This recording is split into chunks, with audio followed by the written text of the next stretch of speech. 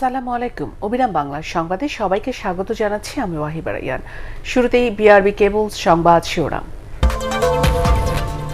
New ইয়র্কের উদ্দেশ্যে ঢাকা ছাড়লেন প্রধানমন্ত্রী। টিকা, রোহিঙ্গা ও জলবায়ু ইস্যুতে কথা বলবেন জাতিসংঘে।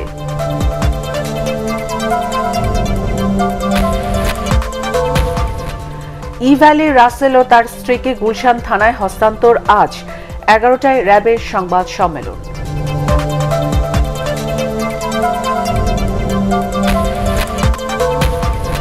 এবং জামালপুরে মাদ্রাসা থেকে নিখোঁজ 3 শিশু রাজধানীর মুগদা থেকে উদ্ধার।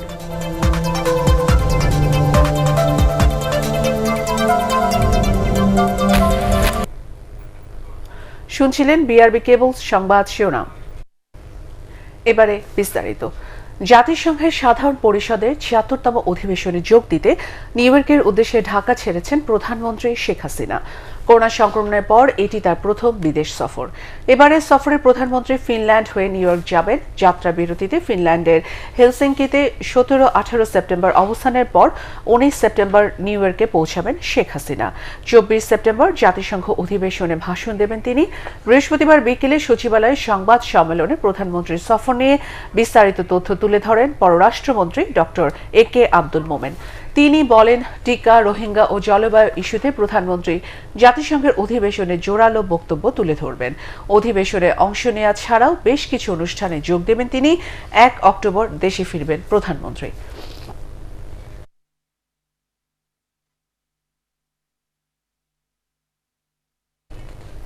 আশ্রয়ণ প্রকল্পের ঘর যারা ভেঙেছে তদন্ত করে তাদের খুঁজে বের করতে দুদককে নির্দেশ দিয়েছেন প্রধানমন্ত্রী শেখ হাসিনা।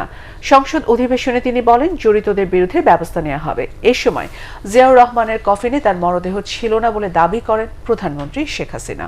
বিস্তারিত আপেল মাহমুদের রিপোর্টে। জাতীয় সংসদের সমাপনী অধিবেশনে বাংলাদেশ আর্কাইভ বিল সংশোধনের ওপর আলোচনায় অংশ নেন বিরোধী দলের সংসদ সদস্যরা। এ সময় জিয়াউর রহমানের কবর সহ বিভিন্ন ইস্যুতে সরকার এবং বিরোধী দলীয় সংসদ সদস্যদের বিতর্কে সরগরম হয়ে ওঠে অধিবেশন। শহীদ প্রেসিডেন্ট জিয়াউর রহমানের লাশ সেখানে আছে কি নাই সেটা বড় বিষয় নয় মাননীয় স্পিকার। সেটা নাই সেটা আপনারা কিভাবে জানলেন? তার লাশের পোস্টমর্টম হয়েছে, সামরিক ট্রাইব্যুনালে বিচারও হয়েছে মাননীয় স্পিকার। সুতরাং এগুলো তো সত্য ঘটনা। জিয়াউর রহমানের কবর নিয়ে বিরোধী দলের সংসদ সদস্যদের মন্তব্যের জবাব দেন প্রধানমন্ত্রী শেখ হাসিনা।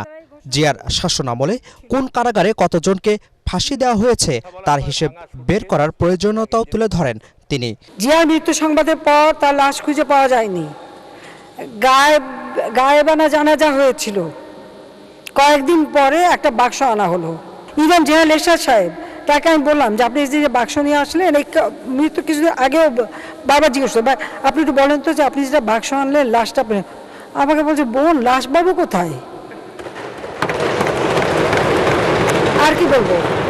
গৃহহীনদের আশ্রয়ণ প্রকল্পের ঘর কারা কোন উদ্দেশ্যে ভেঙেছে তা খুঁজে বের করার নির্দেশও দেন প্রধানমন্ত্রী।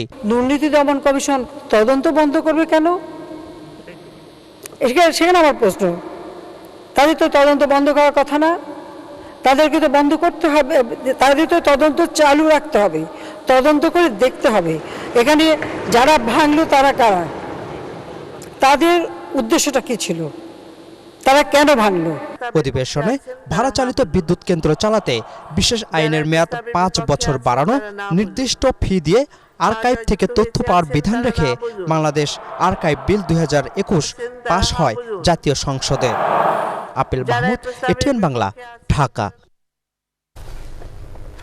প্রতারণার মামলায় গ্রেফতার ইভ্যালির সিইও রাসেল ও তার স্ত্রী প্রতিষ্ঠানটির চেয়ারম্যান শামীমা নাসরিনকে আটকের বিষয় নিয়ে সকাল 11টায় সংবাদ সম্মেলন ডাকা হয়েছে। র্যাব হেডকোয়ার্টারে সকাল 11টায় এই সংবাদ সম্মেলনের পর তাদের গুলশান থানায় হস্তান্তর করা হতে পারে। গতকাল বিকেলে মোহাম্মদপুর বাসায় অভিযান চালিয়ে তাদের গ্রেফতার করে র্যাব। রিপোর্ট করছেন মনির হোসেন তবু। গুলশান থানায় ইভ্যালির বিরুদ্ধে বুধবার রাতে প্রতারণার অভিযোগ এনে এক গ্রাহকের মামলার দায়েরের পর নড়েচড়ে বসে আইনশৃঙ্খলা বাহিনীর সদস্যরা। বৃহস্পতিবার বিকেল 4টার দিকে ইভ্যালির মালিকের মোহাম্মদপুরের বাসায় অভিযান চালায় র্যাব। দেড় ঘন্টারও বেশি সময় অভিযান চালিয়ে বাসা থেকে ইভ্যালির এমডি রাসেল ও প্রতিষ্ঠানটির চেয়ারম্যান তার স্ত্রী শামিমা নাসরিনকে গ্রেফতার করে র্যাবের ভ্রাম্যমাণ আদালত। এ সময় বাসার বাইরে অসংখ্য গ্রাহক ভিড় করেন। গ্রেফতারের পর একটি মাইক্রোবাসে তাদের নেওয়া হয় র্যাব সদর দপ্তরে। র্যাবের পক্ষ থেকে জানানো হয় জিজ্ঞাসাবাদ শেষে এ বিষয়ে গণমাধ্যমকে পরে জানানো হবে। তাকে আজকে গ্রেফতার করেছি বা আটক করেছি যাই বলেন, সেটা করেছি মূলত একজন ভুক্তভোগীর অভিযোগের প্রেক্ষিতে প্রতারণা ও অর্থ আত্মসাতের অভিযোগে উনি মামলা করেছেন। সরকারের বিভিন্ন সংস্থা এই বিষয়টি নিয়ে কাজ করছেন, তারা নিশ্চয়ই একটি ব্যবস্থাপনা করবেন যার মাধ্যমে সম্মানিত নাগরিকবৃন্দ বা গ্রাহকবৃন্দ তারা যাতে তাদের যেটা অর্থ ফেরত পান বা পণ্য ফেরত পান, এই ব্যাপারে নিশ্চয়ই একটি ব্যবস্থা গ্রহণ করা হবে।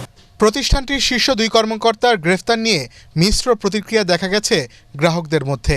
লক্ষ লক্ষ গ্রাহক যারা টাকা পাবে, যে মার্চেন্ট যারা টাকা পাবে, গভর্নমেন্ট আমি আশা করব যে এই সুন্দর একটা সমাধানের মাধ্যমে এই গ্রাহকরা যারা দ্রুত জন্য টাকা পায়। গুলশান থানায় প্রতারণার মামলায় ইভ্যালির এমডি মোহাম্মদ রাসেলকে 1 নম্বর ও চেয়ারম্যান শামিমাকে 2 নম্বর আসামি করা হয়েছে।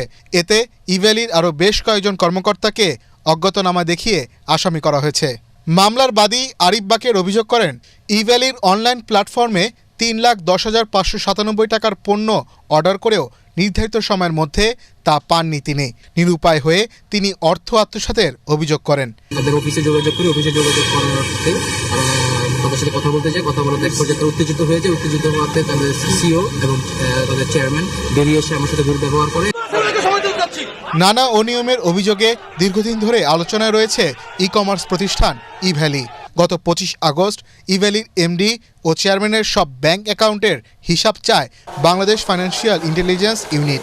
এরপর গত 14 সেপ্টেম্বর সচিবালয়ে এক সভায় ইভ্যালির বিরুদ্ধে আইন শৃঙ্খলা রক্ষাকারী বাহিনীর মাধ্যমে ব্যবস্থা নিতে সুপারিশ করে বাণিজ্য মন্ত্রণালয়। সেই সুপারিশের পর র্যাবের অভিযানে গ্রেপ্তার হলেন প্রতিষ্ঠানের শীর্ষ 2 কর্মকর্তা। মনির হোসেন তপু, এটিএন বাংলা, ঢাকা। এদিকে ইভ্যালির প্রধান নির্বাহী কর্মকর্তা মোহাম্মদ রাসেল ও প্রতিষ্ঠানটির চেয়ারম্যান শামিমা নাসরিনের মুক্তির দাবিতে রাজধানীতে বিক্ষোভ করেছেন গ্রাহকরা। গতরাতে ধানমন্ডিতে ইভ্যালি অফিসের সামনে বিভিন্ন ব্যানার ও ফেস্টুন নিয়ে তাদের মুক্তির দাবিতে স্লোগান দেন তারা। এর আগে গতকাল সন্ধ্যার পর থেকে সেখানে জড়ো হন কয়েকশো মানুষ। তারা নিজেদের ইভ্যালির গ্রাহক বলে পরিচয় দেন।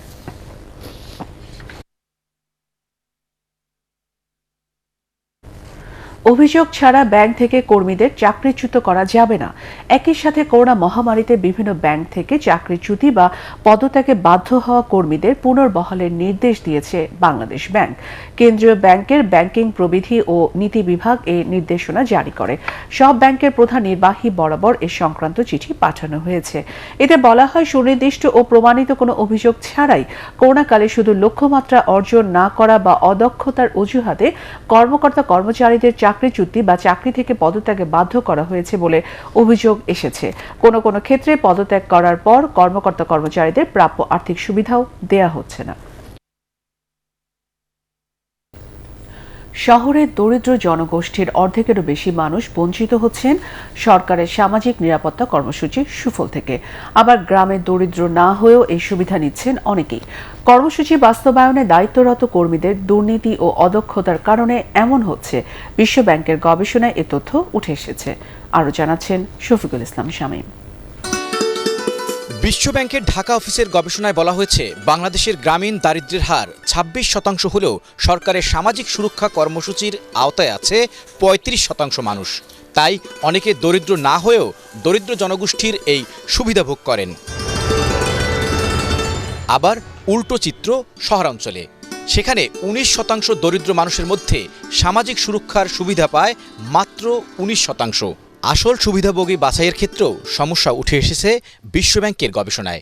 Labor market activation, certainly very creative thinking is necessary there, particularly for the urban poor. So I think all in all, it's a good moment to strategically think our ways forward. Hard questions need to be asked. দেশে সামাজিক নিরাপত্তা কর্মসূচির আওতা বেড়েছে। প্রতি 10টি পরিবারের মধ্যে 3টি এখন এই কর্মসূচির আওতায় আছে। কিন্তু নানা জটিলতার কারণে দারিদ্র্যের হার এখনো ততটা কমেনি। We are strongly committed to continue working with the government and also with other DPs to implement the relevant public expenditure review recommendations in support of the government social protection commitments and reforms.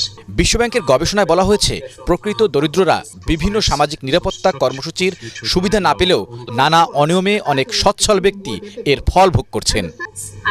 Shafiqul Islam Shamim, ATN Bangla, Dhaka.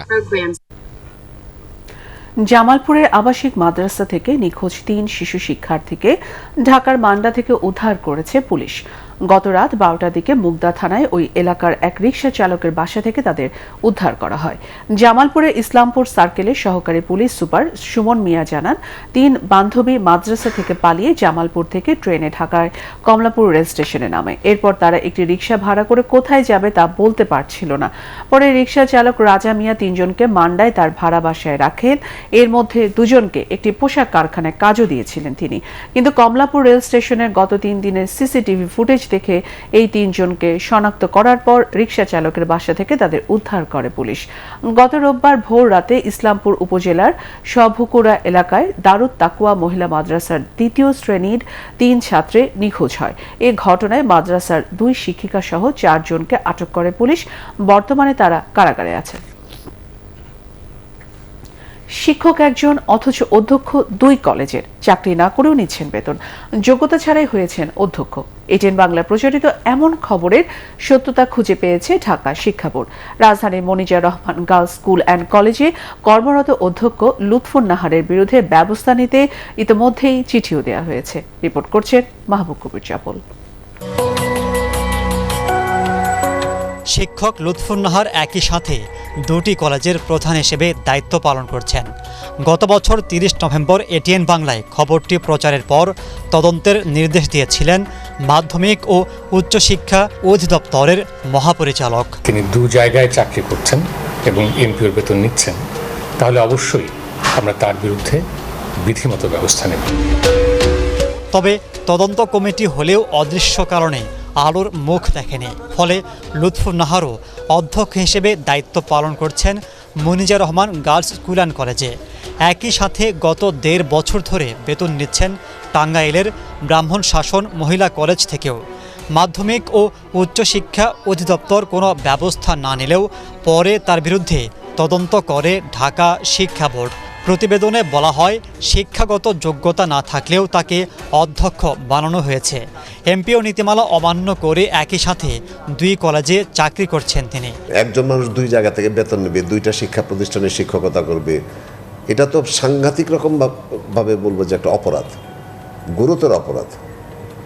এবং আপনাদের ওই রিপোর্টের ভিত্তিতে আপনারা যখন বলেছিলেন তখন আমি স্বপ্রণোদিতই ঢাকা শিক্ষা বোর্ডের পক্ষ থেকে একটা উদ্যোগ নিয়েছিলাম এবং আমি একটা তদন্ত করেছি। তদন্তে সত্যতা পাওয়া গেছে, হ্যাঁ, এবং সেই আলোকে আমরা ডিজি অফিসে আমাদের চিঠিটা বা তদন্ত রিপোর্টটা প্রেরণ করেছি, ফলাফলটা জানিয়েছি।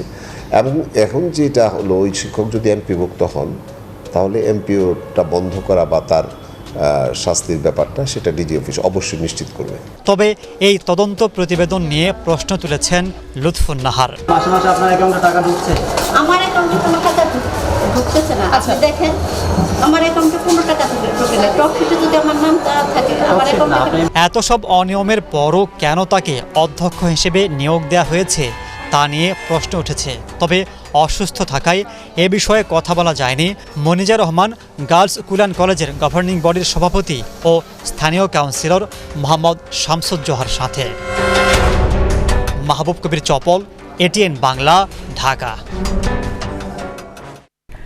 দেশের অন্যতম বৃহৎ শিল্পগোষ্ঠী আনোয়ার গ্রুপ অফ ইন্ডাস্ট্রিজের নতুন চেয়ারম্যান হিসেবে দায়িত্ব নিয়েছেন প্রতিষ্ঠানটির সাবেক চেয়ারম্যান আনোয়ার হোসেনের বড় ছেলে মনোয়ার হোসেন। চেয়ারম্যান আনোয়ার হোসেনের মৃত্যুর পর গ্রুপের বোর্ড অফ ডিরেক্টরসের সমর্থনে এ পদে নির্বাচিত হন তিনি। নতুন চেয়ারম্যানকে শুভেচ্ছা জানিয়েছেন এটিএন বাংলা ও এটিএন নিউজের চেয়ারম্যান ডক্টর মাহফুজুর রহমান। আনোয়ার গ্রুপের প্রধান কার্যালয় ডক্টর মাহফুজুর রহমানের পক্ষে ফুল, কেক ও ক্রেস দিয়ে শুভেচ্ছা জানান এটিএন বাংলার বিক্রয় ও বিপণন বিভাগের উপপ্রধান মোহাম্মদ শফিকুল ইসলাম। যে আলহাজ আনোয়ার হোসেনের যে ফিলসফি ছিল যে লোককে কাজ দেওয়ার, সে ফিলসফিতেই থাকবে। আমরা হ্যাঁ চেঞ্জেস থাকবেই। সময়ের সাথে চেঞ্জের যতটুকু প্রয়োজন থাকে সেই চেঞ্জটুকু আমরা করেই যাব। গ্রুপে আপগ্রেডেশন আনতেই থাকবো, নতুন প্রজেক্ট আনতেই থাকবো, নতুন টেকনোলজি আনতেই থাকবো, বাট আমাদের এই ফাউন্ডেশনে আমরা হাত দেব না। এবারে আন্তর্জাতিক সংবাদ।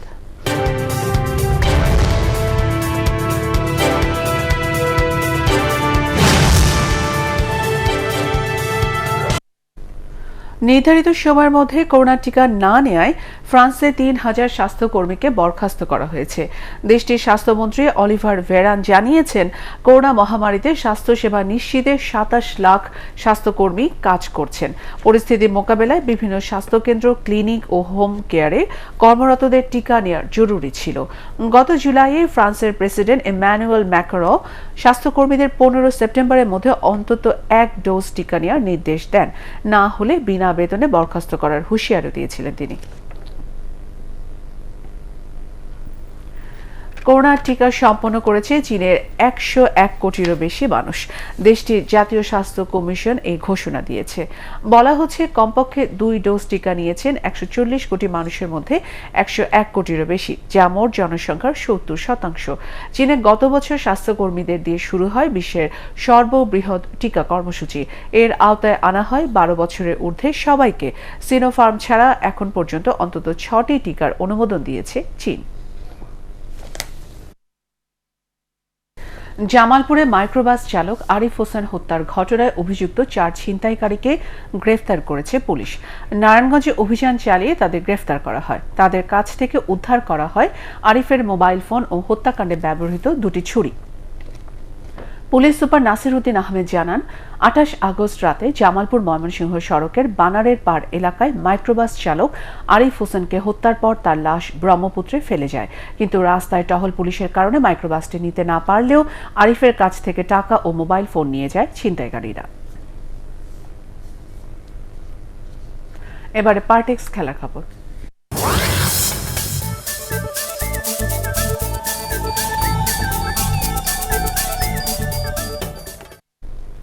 রাওয়ালপিন্ডিতে সিরিজের প্রথম ওয়ানডেতে দুপুরে মুখোমুখি হবে পাকিস্তান ও নিউজিল্যান্ড। প্রায় ১৮ বছর পর পাকিস্তানের মাটিতে প্রথম ম্যাচ খেলতে যাচ্ছে কিউইরা। স্বাগতিকদের বিপক্ষে সিরিজের আগে বাংলাদেশ সফর গুরুত্বপূর্ণ ভূমিকা রাখবে বলে আশা করেন দলের অধিনায়ক টম ল্যাথম। মুখোমুখি ১০৭ লড়াইয়ের পাকিস্তানের জয় ৫৫ ম্যাচে, আর নিউজিল্যান্ড জিতেছে ৪৮টিতে। প্রায় ১.৫ যুগ পর ঘরের মাঠে কিউইদের বিপক্ষে লড়াইটা স্মরণীয় করে রাখতে এই ম্যাচ জয় পেতে মরিয়া পাকিস্তান। রাওয়ালপিন্ডিতে বাংলাদেশ সময় দুপুর ৩:৩০টায় শুরু হবে ম্যাচটি। সেরা পারফরম্যান্স দিয়ে আসন্ন টি-20 বিশ্বকাপে দলকে জয় উপহার দিতে চান পেসার তাসকিন আহমেদ। তবে এবারের বিশ্বকাপটা বোলারদের জন্য চ্যালেঞ্জিং হবে বলে মনে করেন বাংলাদেশের এই গতি তারকা। পরাগার মানের রিপোর্ট। ২০১৬ টি-20 বিশ্বকাপে খেলার কথাই ছিল তাসকিন আহমেদের, কিন্তু অবৈধ বোলিং অ্যাকশনের নিষেধাজ্ঞায় আর খেলা হয়নি। ২০১৯ ওয়ানডে বিশ্বকাপে খেলা প্রায় নিশ্চিতই ছিল। শেষ পর্যন্ত ইনজুরির কারণে দলে ডাকি পাননি তাসকিন। বাংলাদেশ দলের পেস আক্রমণের মূল ভরসাই এখন তিনি। সবকিছু ভুলে বিশ্বমঞ্চে নিজেকে মেলে ধরে দেশের জয়ে ভূমিকা রাখতে চান তাসকিন। আমার জন্য ওমান এবং দুবাইয়ের খেলাটা একদম নতুন হবে, যদি আমার সুযোগ হয় ইনশাল্লাহ। তো আমি excited, at the same time আমি চাই যে ভালো কিছু উপহার দিয়ে ম্যাচ জিতানো। দীর্ঘ ৫ বছর পর আবারও বিশ্বকাপের বিশ্বমঞ্চে স্বভাবতই উচ্ছ্বসিত তাসকিন। বিশ্বকাপে নিজের সেরাটাই দিতে চান ২৬ বছর বয়সী এই পেসার। এমনি প্রিপারেশন ওয়াইজ ওটিস গিবসন এবং টিম ম্যানেজমেন্টদের সাথে আমার ভালো মতো কাজ করা হচ্ছে সবসময়। বাট ইনশাল্লাহ আমরা ওখানে যেও প্রিপারেশনের জন্য বেশ কিছুদিন সময় পাবো। সম্প্রতি মিরপুরের কন্ডিশনে ম্যাচ খেলার তেমন সুযোগ পাননি তাসকিন। ওমান আমিরাতে আগে খেলার অভিজ্ঞতাও নেই। অবশ্য প্রস্তুতি নিয়ে চিন্তিত নন তিনি। বিশ্বকাপটা বোলারদের জন্য চ্যালেঞ্জিং হবে বলেই ধারণা তাসকিনের। ফ্ল্যাট ট্র্যাক বা স্পোর্টিং ট্র্যাক হবে, তো চ্যালেঞ্জিংও হবে বোলারদের জন্য, but at the same time execution proper হলে ভালো করার চান্স। আগামী ১৭ অক্টোবর মাসকাটে বিশ্বকাপের বাছাই পর্বে নিজেদের প্রথম ম্যাচে স্কটল্যান্ডের মুখোমুখি হবে বাংলাদেশ। পরাগারমান, এটিএন বাংলা, ঢাকা। শেষ করার আগে বিআরবি কেবল সংবাদ শিরোনাম আরও একবার। নিউ ইয়র্কের উদ্দেশ্যে ঢাকা ছাড়লেন প্রধানমন্ত্রী। টিকা, রোহিঙ্গা ও জলবায়ু ইস্যুতে কথা বলবেন জাতিসংঘে।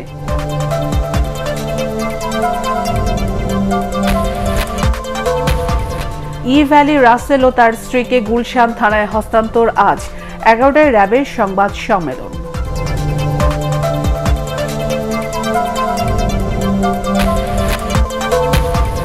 এবং জামালপুরে মাদ্রাসা থেকে নিখোঁজ 3 শিশু রাজধানীর মুগদা থেকে উদ্ধার।